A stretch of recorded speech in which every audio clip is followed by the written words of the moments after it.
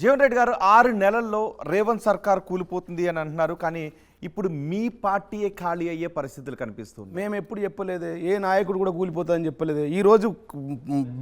ఈరోజు కాంగ్రెస్ పార్టీలో చేరినటువంటి కడియం శ్రీహరి గారు చెప్పారు 4 సార్లు. అది నేను నిన్నాను, చూశాను, మీ ఆర్టీవీలో కూడా చూశాను. నిన్నగాక మొన్న నాయకుడు కాదు, కాంగ్రెస్ లో చేరలేదు, ఆయన బీఆర్ఎస్ లోనే ఉన్నారు. ఆయన చెప్పాడు.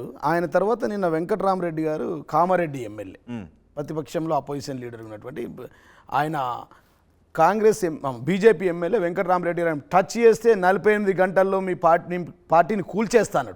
దాని తర్వాత రేవంత్ రెడ్డి గారు మహబూబ్ నగర్లో ప్రజలారా నన్ను కూల్చేస్తా అని చెప్పి అక్కడ ప్రజలకు విజ్ఞప్తి చేసుకుంటున్నారు, నన్ను కూల్చడానికి ప్రయత్నం చేస్తున్నాడు. మేము ఎందుకు కూలుస్తామండి? కేంద్రంలో అధికారంలో ఉన్నామా, రాష్ట్రంలో అధికారంలో ఉన్నామా? మాకు వచ్చింది 39 సీట్లు.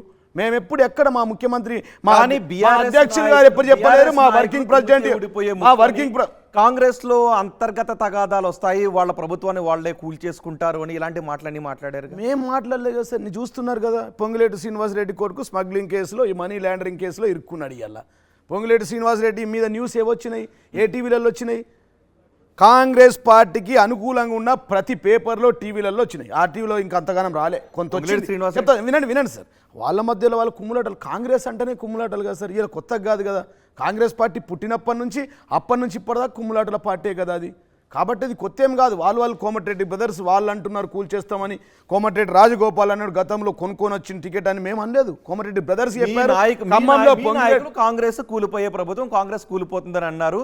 మీ ఎమ్మెల్యే సుధీర్ రెడ్డి కూడా మన ఎమ్మెల్యేలు అలాగ అనొద్దు అని రేవంత్ రెడ్డిని వెనకేసుకుని వచ్చారు. తీరా కట్ చేస్తే పార్టీకి అత్యంత ఆప్తులు, మాకు అత్యంత నమ్మకస్తులు అనుకున్న మీ నేతలే కాంగ్రెస్ లో క్యూ కడుతున్నారు.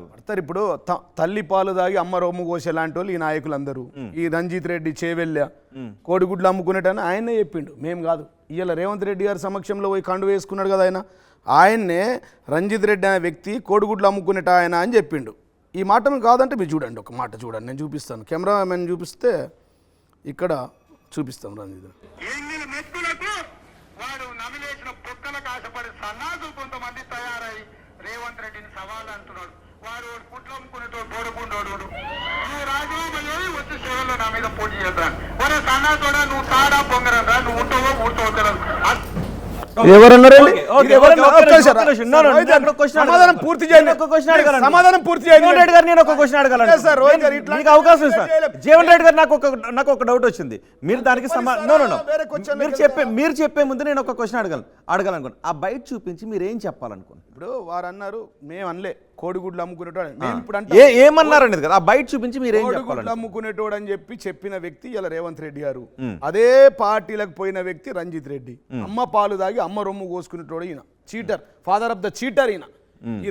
ఈ రంజిత్ రెడ్డి అనేట ఆయన ఉదయం లేచి ముఖ్యమంత్రి గారి దగ్గర, మధ్యాహ్నం కేటీఆర్ దగ్గర ఉండి ప్రతినిత్యం మా పార్టీలో ఉండి ఎన్ని విధాలుగా లబ్ధి పొందాలో అన్ని విధాలుగా లబ్ధి పొంది చివరికి ఒక కోడి గుడ్లు అమ్ముకునేటైనా, కోడి పిల్లలు అమ్ముకునేటైనా, కోళ్ళు అమ్ముకునేటైనా, కోళ్ళ దాన అమ్ముకునేటైనా, ఆ దానా ఫ్యాక్టరీ అమ్ముకునే వ్యక్తి ఇవాళ వచ్చి మా పార్టీ కాంగ్రెస్ నాయకులు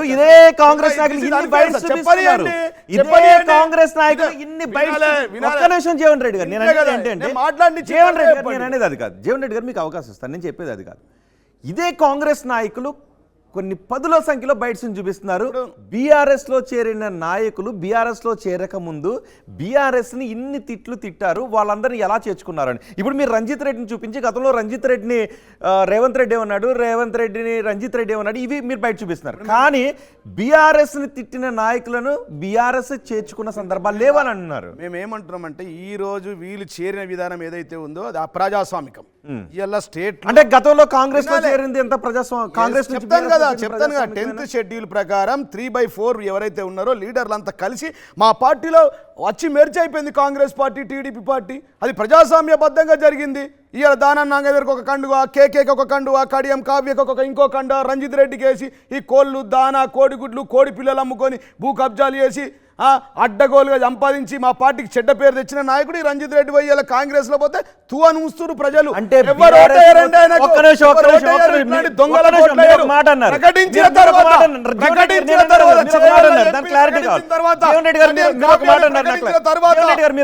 నాకు క్లారిటీ కావాలి. ఈ వెళ్ళిపోయిన నాయకులందరూ వారి అక్రమాలను కప్పిపుచ్చుకోవటానికి కేసు లేకుండా చూసుకోవడానికి అంతే వెళ్ళిపోయారా? కదా. అంటే బీఆర్ఎస్ లో ఉండి వీళ్ళందరూ ఇంట్లో అక్రమాలు చేశారా? మాకు తెలియదు బీఆర్ఎస్ లో కదా. ఉండి అక్రమాలు చేశారా?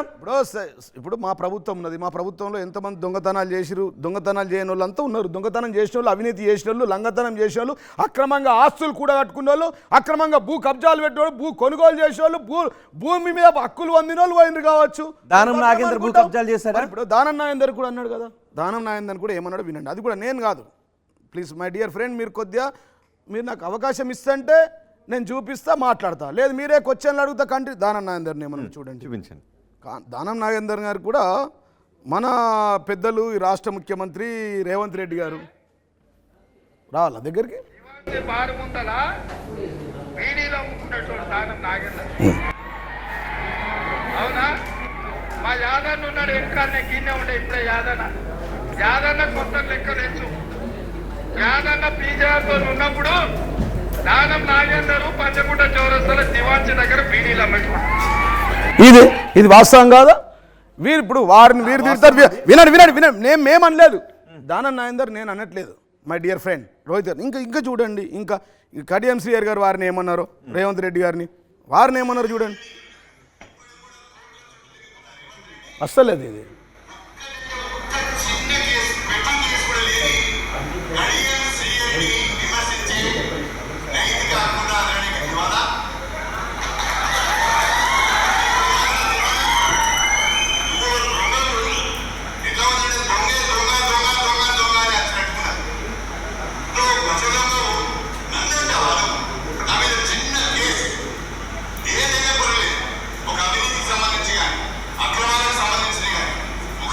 రావట్లే.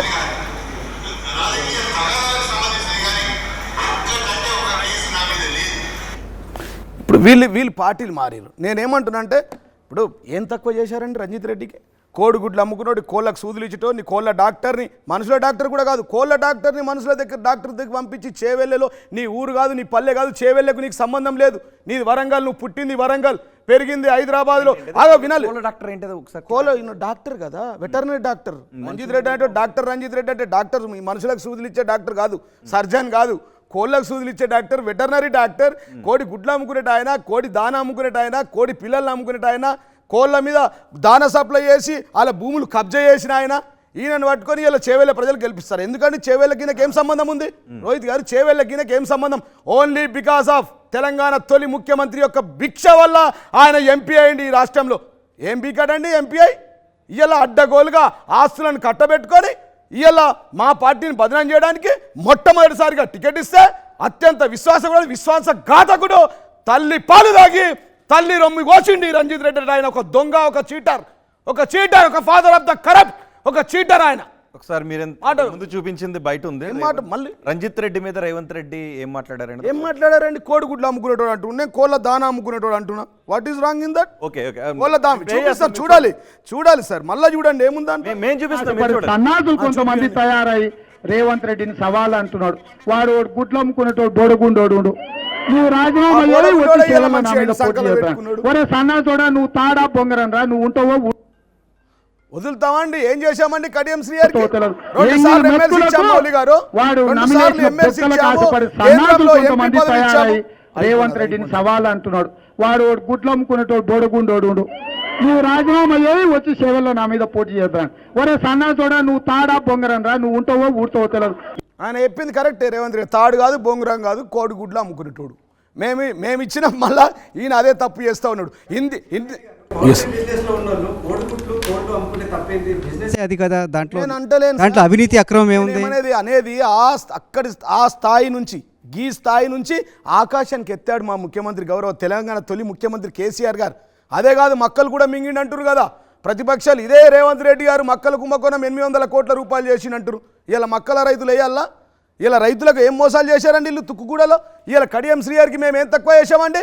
2 సార్లు ఎమ్మెల్సీ, డిప్యూటీ ముఖ్యమంత్రి, కేంద్రంలో ఎంపీ పదవి కడియం శ్రీయర్ గారికి. తర్వాత ఈ ప్రాంతంలో బిడ్డని పిలిచి, బిడ్డ కంటే కావ్య ఎవరో తెలియదు, తెలంగాణ ఉద్యమంలో లేరు, గల్లీలో ఢిల్లీలో ఉద్యమం చేయలే, వంట వార్పు లేదు, బొంగు బొషాడం లేదు, ఏం పని చేసేవాళ్ళు కాదు. వీళ్ళని తీసుకొచ్చి మేము ఇంత పెద్ద ఉన్నత స్థాయిలో ఇచ్చి, డిప్యూటీ ముఖ్యమంత్రి ఇచ్చి, బిడ్డకు సీట్ ఇస్తే, ఇచ్చిన తర్వాత మోసం చేసి, అమ్మ పాలు తాగి అమ్మ రొమ్మును కోసినటువంటి నాయకులు వీళ్ళు కాదా అండి? ఇంత ఘోరమా? ఓకే, ఎందుకు వెళ్ళిపోయారు అనుకుంటున్నాను? ఎందుకు వెళ్ళిపోతారు? దొంగలు. ఏంటి దొంగలు దొంగ? కాబట్టి, దొంగతనం. విశ్వాసఘాతకులు కాబట్టి, No, no, father of the cheaters కాబట్టి, చీటర్ల సంఘంకి అధ్యక్షులు కాబట్టి, డబ్బే ముఖ్యం కాబట్టి, అవినీతి చేయడం అలవాటు అయిపోయి, దొంగతనం చేయడం అలవాటు అయిపోయి, కబ్జాలు చేయడం అలవాటు అయిపోయి, భూములను దోసుకోవడం అలవాటు అయిపోయి, భూతల్లిని మింగే నా కొడుకులు వైరాలు. మేమేమంటున్నాం? భూమిని మింగారా? మరి వెళ్ళిపోయిన నాయకులందరూ భూమిని మింగారా? వస్తుంది కదా ఆర్టీవీలో, No, no, no, ఆ భూమి మన మింగారా? ఆర్టీవీలో మన అవినీతి విలేకరులు, చేశారా? మన సోదరులు, మన చంద్రమౌళి గారు, మన ప్రసాద్ గారు, మన వాళ్ళు అందరు వెళ్తారు. అంత ప్రతిదానికో లెక్క ఉంటుంది. వెళ్ళిపోయారు, నా ఎవరిని అక్కస్తో వదలం. మాట్లాడుతున్నారు. జీవన్ రెడ్డి గారు వెళ్ళిపోయారు, ఎవరిని నా అక్కస్తో వదలం. మాట్లాడుతున్నారా? నో వెళ్ళిపోయారు నా అక్కస్తో మాట్లాడుతున్నారా? నిజంగా వీళ్ళంతా అవినీతి చేసి వెళ్ళారు. ఎందుకంటే ఒక్క నిమిషం, గోడకు బంతితో కొడితే ఆ. ఎంత స్పీడ్లో పోతే అంత స్పీడ్లో వాపస్ వస్తుంది. వీళ్ళు అనుకుంటున్నారు బీజేపీతో మంతనాలకు వెళ్ళాడు, బీజేపీ వెళ్ళంగానే అక్కడ కుదరలే బేరసారాలు. మేము ఈడీఐటీ, వాళ్ళది ఈడీయిజం, మోడీది ఈడీయిజం, మన రేవంత్ గారిది రౌడీయిజం, గుండాయిజం, లేకపోతే జైలిజం. ఈయన జైలిజం, ఆయనది ఈడీయిజం. ఆయన ఖాతాలోనేమో ఈడీ, సిబిఐ, ఐటీలు ఉంటారు. ఈయన దగ్గర రౌడీయిజం, గుండాయిజం, అక్రమాలు, కబ్జాలు చేసిన వ్యక్తులు ఉంటారు. ఇట్లాంటి రంజిత్ రెడ్డి లాంటి వాళ్ళు. మేమేమంటున్నామంటే ఇంత మోసం చేసి, ఇంకో ఘోరమైన విషయం ఏంటంటే, మా గౌరవ ముఖ్యమంత్రి, తెలంగాణ తొలి ముఖ్యమంత్రి కేసీఆర్ గారి బిడ్డను అరెస్ట్ చేసిన రోజే రేవంత్ రెడ్డి గారు పోయి సీఎం ముందు కండువ కప్పుకుంటాడా? సిగ్గు లేదా అండి? అన్నం తినలేడా? తిన్నింట్లు ఉంచుతాడా?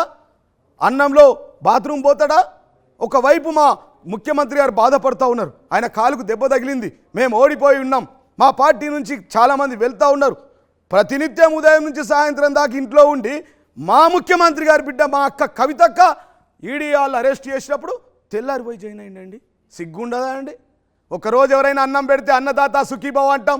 అట్లాంటి 10 సంవత్సరాలు మా దగ్గర మేత తిని, అన్నం తిని, మింగి, అవినీతి చేసి, అక్రమాలు చేసి, ఆ బదనాం మా మీద వేసి ఇయ్యాల బయటకు వెళ్ళిపోయింది. కానీ కాబట్టి చేవెళ్ళ ప్రజలు ఆయనను క్షమించరు.